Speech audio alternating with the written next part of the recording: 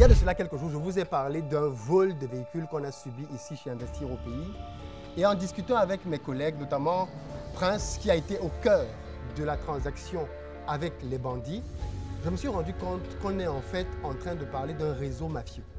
Parce que plus il y a des détails, plus je me rends compte que c'est important de communiquer dessus, parce que cette vidéo peut sauver énormément de personnes. Il va nous expliquer, parce que c'était lui le point focal, comment ça s'est passé du début jusqu'à la fin. Et vous allez vous-même comprendre pourquoi Abidjan est doux, hein, mais Abidjan peut être très amer.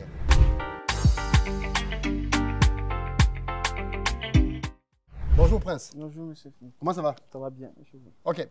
Est-ce que tu peux commencer par nous raconter comment tu es entré en contact avec monsieur, c'est Kiekura, c'est ça, hein? Oui. Monsieur Kiekura. Kiekura, c'est le nom du voleur, ok? Oui. Je précise que nous louons des véhicules, pick-up, SUV, berline.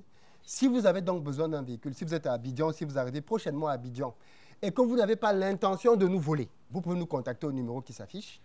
Et en général, c'est soit Prince, soit un de ses collègues qui va décrocher et qui va discuter avec vous et va vous faire une offre et un contrat derrière à signer. Donc, si vous avez besoin de véhicules, venez nous voir. On continue le business malgré les tentatives de vol. Aucun voleur ne parviendra à nous faire arrêter nos actions. Mais je veux qu'on débusque complètement ce réseau et que vous allez comprendre pourquoi je parle d'un réseau ici. D'ailleurs, les amis, mon livre est enfin disponible à Abidjan, L'urgence d'entreprendre en Afrique. Vous pouvez le prendre dans nos bureaux. Il y a un numéro qui s'affiche, vous nous contactez, vous passez votre commande et vous venez le récupérer. Si vous êtes à l'étranger, il est aussi disponible sur Amazon. Vous avez le lien dans la barre de description. L'urgence d'entreprendre en Afrique, j'explique là-dedans les raisons qui m'ont fait quitter la France pour venir faire du business au pays, comment ça se passe ici, et je parle bien évidemment du vol et comment s'en prémunir. Bref, n'hésitez pas à vous procurer un exemplaire. Comment tu entres en contact avec monsieur Kiekura, le voleur? Ok, tout a commencé le 25 avril. J'ai eu l'appel d'un ami qui s'appelle Constant. Vu que j'ai créé un réseautage autour du business, j'ai demandé à mes amis de publier, d'annoncer qu'on fait de la location de véhicules. S'ils ont un client, ils peuvent avoir des commissions.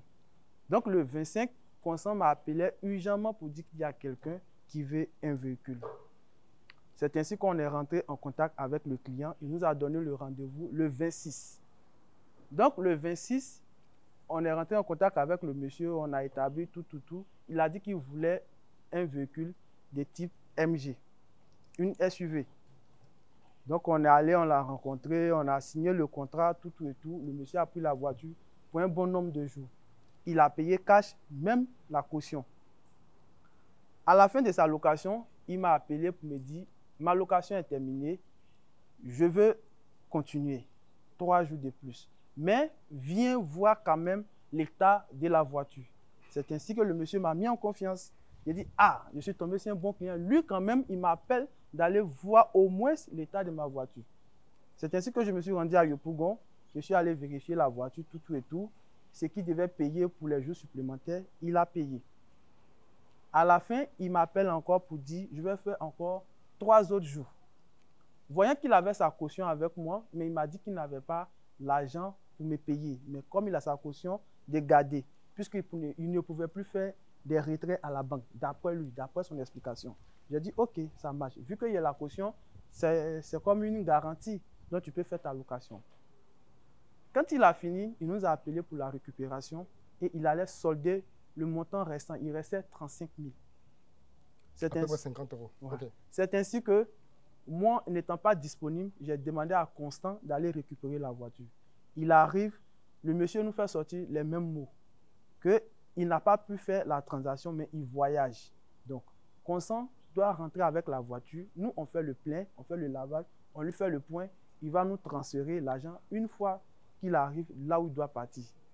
Donc, on a échangé, on s'est entendu, tout. Sur une bonne minute, on s'est entendu et le monsieur est parti. Les jours qui ont suivi, le monsieur m'a appelé. Il me dit, bon, c'est par rapport à la différence qui est entre nous, je vais te régler ça par Orange Money. Ok, ça marche. C'était la somme de 55 000. Je reçois une transaction de 65 000. Donc, je contacte le monsieur, je lui dis, mais monsieur, normalement, c'est 55 000 vous me devez. vous vous êtes trompé ou bien c'est vous qui avez fait les 66. En fait, c'était d'abord 35 000, parce que pour que les gens comprennent bien. Oui, c'était Si tu as rajouté du carburant, du c'est ça? carburant. Puis tu as demandé de remettre le Voilà, plein. donc le carburant avec le montant qu'il devait payer, tout faisait 55 000. D'accord. Et lui, il te vise 65 000. 65 000. J'ai dit, Faro. Pourquoi vous avez fait une transaction de 65 000? Il dit, mon petit, en tout cas. Ah, c'est toi qui le rappelle pour lui dire qu'il a payé plus. Oui. C'est important l'intégrité. Ouais. Pour lui demander, il me dit, mon petit, tu sais, tout ce que tu fais, en tout cas, moi, ça me va droit au cœur. Parce qu'à tout moment, quand je t'appelle, tu es là, tu réponds. Moi, pour moi, c'était un bon service après-vente. Donc, le monsieur est satisfait. Il t'a fait un petit bonus. Donc, voilà, c'est pourquoi il m'a fait le bonus. Donc, c'est là maintenant que j'ai commencé à avoir véritablement confiance en ce monsieur. Donc, il m'a dit, prochainement, je serai à Abidjan. Je vais t'appeler aussi pour une location. Donc, je me dis, bon, j'ai eu un bon client. C'est ce que je me suis dit. Je découvre les détails avec vous là. OK. J'ai eu un bon client. Le 10, le monsieur m'écrit, il dit, bon, monsieur. Le 10 mai. Le 10 mai. Le monsieur m'écrit, il dit, monsieur Oufoué, je veux une voiture, mais cette fois-ci, je ne veux pas la MG. Vous n'avez pas d'autres voitures et c'est ainsi que je lui envoie d'autres modèles de véhicules. Il fait son choix. Il fait son choix. On tombe d'accord sur le prix. Il me dit, bon, là, je ne suis pas sur Abidjan. Demain, le 11 dimanche, normalement, la location doit commencer le lundi. 12. Parce que le lundi 12. Dimanche était le 11. La location commençait le lundi 12. C'est une location de 7 jours. Et quand c'est une location sans chauffeur, on donne le véhicule à la veille. Donc, j'étais censé donner la voiture le dimanche, mais la location commençait en réalité le lundi pour terminer le dimanche prochain. Donc, il me dit, j'ai mon petit à Yopougon, j'ai l'habitude de faire mes courses avec lui, va remettre la voiture à mon petit. Je dis, ok, ça marche. Une fois que tu arrives à Yopougon, que tu croises mon petit, tu m'appelles, je te paye l'argent de la location par Orange Money. Je dis, ok, ça marche. C'est ainsi que je reste en attente, en espérant que le petit allait m'appeler. Et Dieu merci, le petit m'appelle. Il me dit, ah, j'appelle de la part de M. Kekura. Il m'a dit que je devais récupérer un véhicule avec vous. Je dis exactement, mais je suis aux 2 plateaux, patientez. Parce que moi, j'avais déjà un programme à Yopougon, aller récupérer un autre véhicule. Donc, mon programme, c'était de donner la voiture qui est avec moi au client et récupérer celle qui est déjà là-bas. Donc, j'arrive, je croise le petit. Il va m'accompagner jusqu'à chez le client où je devais récupérer la voiture. Wow. Donc, j'ai récupéré la voiture. J'ai dit, bon, comme tu m'as accompagné, en tout cas, ce n'est pas tout le monde qui le fait. OK, tiens 10 000. Le carburant qu'on a utilisé depuis 2 plateaux jusqu'à venir ici, tout ça là, paye carburant 5 000 et tu gardes 5 000 francs comme ton transport. C'est-à-dire les 10 000 francs que le monsieur m'a donné, j'ai remis au petit. Oui. Et le petit est parti à la voiture. Donc la location devait terminer le dimanche. Et le monsieur t'a payé ta location? Il a payé, le petit a payé cash la location. Ah, c'est le petit finalement qui a payé, oui, c'est pas le monsieur? Oui, le monsieur m'a plus fait la transaction. Il m'a dit qu'il a donné l'argent au petit, le petit a payé la location cash. 7 jours. 7 jours cash. Donc, la location devait finir le dimanche 18. Je reçois un message d'abord le vendredi. Il m'a dit, mon petit, la location finit quand? Moi, je lui fais un retour pour dire que la location finit le samedi 17 au lieu de 18. C'est là que je me suis rappelé que ça devait finir le 18. Je dis, ah, désolé, boss, que ça a fini le 18, que ce n'est pas le 17. Il dit, ah, ok, ça marche. Il dit, ben, j'ai envie de prolonger. Il dit, ok, il n'y a pas de souci. Puisqu'on travaille avec vous, il n'y a pas de souci, vous voulez prolonger, il n'y a pas de problème. Donc, le samedi, il me ramène un message, il dit, mon petit, je vais continuer la location pour 3 jours, c'est-à-dire lundi, mardi, mercredi. C'est-à-dire la location finit le 18, le lundi 19, mardi 20 et le mercredi 21. Il a dit, ça marche. Il dit, je te fais la transaction des 3 jours le lundi à 11 h. Je dis, ok, il n'y a pas de souci. Lui-même, il a mis dessus, merci beaucoup mon petit pour ta compréhension. Moi, je me suis dit que c'était un bon client. Parce que s'il a payé une semaine, ce n'est pas 3 jours qu'il ne va pas payer. Le lundi à 11 h, j'appelle le monsieur, son numéro ne passe pas. Jusqu'au soir, je l'appelle, le numéro ne passe pas. Il dit, mais attends, le monsieur n'a pas l'habitude de faire ça. Bon, je reste un peu en observation jusqu'à demain, mardi, pour voir s'il va réagir. Le mardi, j'appelle encore le numéro, parce que je l'appelais directement, j'envoyais les messages sur WhatsApp, mais il ne recevait pas les messages sur WhatsApp. Donc, je l'appelle directement, ça ne passe pas. J'appelle son petit, ça ne passe pas. Même son petit ne passe pas? Ne passe pas. Il dit, attends, mais qu'est-ce qui se passe? J'étais un peu inquiet, donc j'ai essayé d'appeler maintenant sur le numéro WhatsApp. WhatsApp me dit que le numéro n'est pas sur WhatsApp. Je dis, ah, c'est qu'il y a quelque chose qui se passe. Donc, j'ai essayé de rentrer en contact avec mes collègues de travail. Ah, telle voiture, voici ce qui se passe. Est-ce que je ne peux pas avoir le GPS sur la voiture rapidement? C'est ainsi que les amis ont mis la localisation de la voiture à ma disposition. Je vérifie, je vois que la voiture, vers les 18 h, la voiture était à Makori Zone 4, à l'église Notre-Dame de la Paix. C'est ainsi que j'ai appelé un collègue, je dis, viens rapidement, accompagne-moi à Makori, je veux voir quelque chose. On arrive à Makori, à l'église. Au sein même de l'église, pas même en dehors de l'église, au sein de l'église, au parking de l'église, on retrouve la voiture qui est garée. C'est ainsi que nous avons garé à côté et nous sommes restés tranquillement dans la voiture pour observer ce qui va se passer. Moi, dans ma tête, si le monsieur vient, il va m'expliquer pourquoi il n'a pas encore donné mon argent. Moi, je suis venu récupérer ma voiture pour rentrer. Ou appeler les policiers pour dire que le monsieur m'a volé. En fait, j'étais en train de réfléchir ce qu'il faut faire. Et j'ai appelé mon papa qui m'a donné quelques conseils, donc je suis resté tranquille. À ma grande surprise, je vois une dame venue vers la voiture. Donc moi et mon collègue, on a commencé à discuter. Est-ce que c'est la dame? Donc le monsieur est venu à une femme à l'église, quoi. Donc on était en train de critiquer le monsieur, même comme ça, on s'amusait, on parlait comme ça. Donc en tout cas, on racontait des bêtises quand même. Et je vois que la dame s'approche plus de la voiture. Et arrivé un moment, elle s'est retournée. Elle a commencé à échanger. Dès qu'elle a fini de communiquer, elle est partie vers la voiture, elle a déverrouillé et elle est montée. C'est là que j'ai dit, c'est qu'il y a quelque chose qui ne tourne pas bien. Et je suis descendu rapidement. Je suis parti, j'ai tapé la voiture. Elle dit bonsoir madame. Elle dit bonsoir et elle est descendue. C'est comme si la dame avait déjà observé qu'il y a quelque chose qui s'est passé et elle est descendue. Elle dit madame, c'est vous qui avez envoyé la voiture? Elle dit oui, c'est moi qui ai envoyé la voiture. Je lui ai demandé, qui vous a donné la voiture? Elle me dit, j'ai acheté la voiture. J'ai dit, vous avez acheté la voiture? Elle me dit oui. Quand? Elle me dit vendredi. Ah bon? Elle dit oui. Elle dit, ok, cette voiture, c'est une voiture de location. Je ne retrouve pas la voiture. Ça fait plus d'une semaine que la voiture est en location. J'appelle le client, le numéro ne passe pas. Donc j'ai localisé et j'ai retrouvé la voiture ici. C'est ainsi que ça s'est passé et on est parti au commissariat pour la suite. Ok.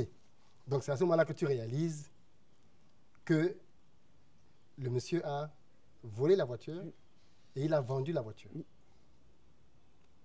Et la dame a acheté la voiture. Quand vous arrivez au commissariat, comment ça se passe?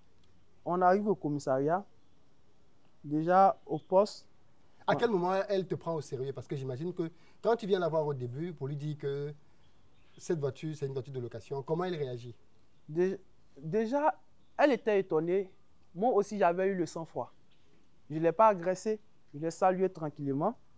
Mon collègue avec qui j'étais parti, il peut en témoigner. Je l'ai salué tranquillement, je me suis présenté, je lui ai dit ce que je faisais, je lui ai donné le nom de l'entreprise. Je lui ai demandé, c'est elle qui a envoyé la voiture. Elle m'a répondu oui. Comme vous voyez, elle répond comme c'est elle qui a acheté la voiture, donc elle m'a répondu oui, avec assurance, oui. Elle dit ok. Qui vous a donné la voiture? Elle me dit non, je viens de l'acheter. Quand? Elle me dit vendredi plutôt. J'ai dit ah bon? Cette voiture a été louée, ça fait plus d'une semaine. Je n'arrive plus à rentrer en contact avec le client. Et c'est la voiture de telle entreprise que je lui ai donné le nom de l'entreprise. Avec beaucoup d'assurance, avec le sang-froid, pour ne pas qu'elle se panique. Et la dame a commencé à appeler parce que, avant d'acheter la voiture, elle a eu la confiance de son frère, avec qui elle a échangé avec la personne qui a vendu la voiture. Donc, du coup, elle a appelé directement son frère. Son frère était un peu réticent, il dit non, ne la suis pas. Il dit bon, madame, moi, je ne suis pas venu pour faire la guerre. Dieu merci, j'ai retrouvé la voiture. Moi, je vais suivre la procédure qui est normale. Je ne vais pas vous mettre la pression, mais la voiture, elle ne va plus quelque part. On va aller directement au commissariat. Il n'y a pas besoin de prendre la voiture pour rentrer, mais moi, je vais au commissariat le plus proche. Donc, ce qu'on va faire, on va aller au commissariat ensemble. De peur, son frère a demandé à la dame de verrouiller la voiture. Il dit exactement, vous pouvez verrouiller. Nous, on a une deuxième clé, mais verrouiller. J'ai fait sortir le GPS pour prouver à la dame que c'est grâce au GPS qu'on a retrouvé la voiture. Je dis, voici ce que le GPS m'indique. Tu lui as montré la deuxième clé. Deuxième clé. J'ai fait sortir la deuxième clé, j'ai fait sortir le GPS, j'ai fait sortir l'assurance que j'ai. C'est là, la dame a su qu'elle était vraiment dans un problème. Et elle a commandé le Yango. Quand le Yango est venu, on est arrivé au commissariat. Moi-même, j'ai payé le Yango.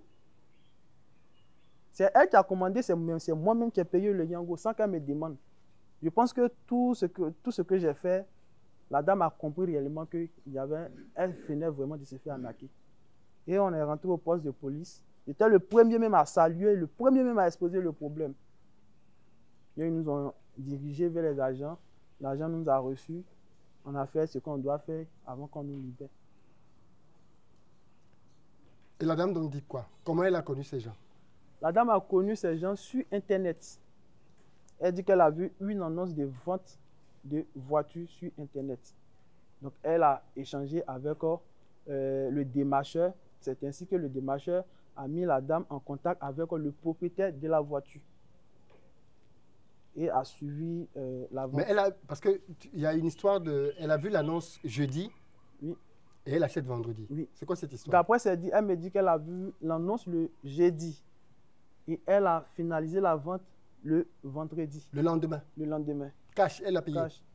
Donc, j'ai demandé à la dame de m'envoyer le lien de la vente. Elle m'a envoyé le lien, mais le lien même ne passe plus. Le numéro ne passe plus. Rien ne passe. Elle a payé cash. Et ce qui m'a surpris, c'est que la voiture, quand je donnais la voiture au client, la voiture, il n'y avait aucun problème là-dessus. Il n'y avait pas de rayures, tout était propre. Je me rends compte que la voiture est tracée. Tout au long de la voiture, sur le flanc droit, tout est tracé. Donc, j'ai dit à madame, ah, madame, la voiture que vous avez achetée vendredi, vous l'avez déjà fait accident? Elle me dit, non, quand j'ai acheté la voiture, c'était comme ça. Elle dit, mais attends. Donc, si je comprends bien, ils ont fait exprès de garder la voiture pour vendre la voiture à ce prix ou bien c'est quoi? Moi-même, je suis étonné. Et le nom qui figure sur les documents de vente, c'est Kwaku Emile. Kwaku Emile. Je n'ai pas tout le nom, mais c'est Kwaku Emile. Et voici la chose encore qui m'a impressionné, c'est que la carte grise, la vignette, l'assurance est à un autre nom, Kwaku Emile. Je fouille dans la voiture, moi-même, ils ont vidé la voiture. On avait beaucoup d'affaires dans la voiture, des documents, des reçus, des carburants, tout ce qu'on a changé, tout ce qu'il y a dans la voiture. Ils ont tout vidé. Ils ont tout vidé. Ils ont tout vidé. C'est incroyable. Et la police t'a dit quoi? Oh, C'est pas la première fois. C'est pas la première fois. Donc, il y a ce genre de choses qui se font déjà à Oui, Abidjan. oui. Il y a des réseaux comme ça qui existent. Oui, c'est ça. On vient louer ta voiture. Mais comment ils font? Le réseau doit être très puissant parce que à Abidjan, tu ne peux pas avoir carte grise, vignette, assurance en quelques jours. Non, sans les réseaux, ce n'est pas possible. Sans un réseau, ce n'est pas possible. C'est forcément un réseau qui peut faire ça. La carte grise, surtout l'assurance, ce qui m'a vraiment touché, c'est l'assurance. Avec tout ce qui se dit derrière l'assurance, on a l'assurance digitale, je n'arrive pas à comprendre pourquoi l'assurance. Et il y a une chose que je n'ai pas mentionnée. Normalement, mon assurance prend fin le 23 de ce mois, le 23 mai. Le monsieur a juste changé le nom de l'assuré. Sinon, la date d'échéance est restée. Comment c'est possible? Ça veut dire que... Mais pour faire ça, il doit avoir la carte grise. C'est la question que je me pose. Ça veut dire qu'il a appelé... Oui, ça veut dire que c'est ça. Je comprends maintenant. Ça veut dire que la première chose qu'il a faite, c'est qu'il a changé la carte grise. Et avec la nouvelle carte grise, il est allé voir une assurance pour faire un transfert d'assurance.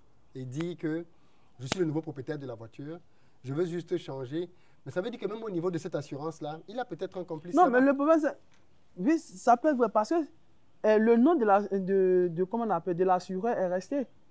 Il n'a pas changé, il n'a pas changé. Ah, il est resté sur le même assureur que nous? Oui, le même assureur en fait. Il a juste changé son nom. C'est juste le nom de l'assuré qui a été changé. Mais est-ce que c'est un vrai document d'assurance? Bon, est-ce que ce n'est pas un faux document d'assurance qu'il a? C'est la question que je me pose. Vu que c'est une feuille A4. C'est peut-être un faux document.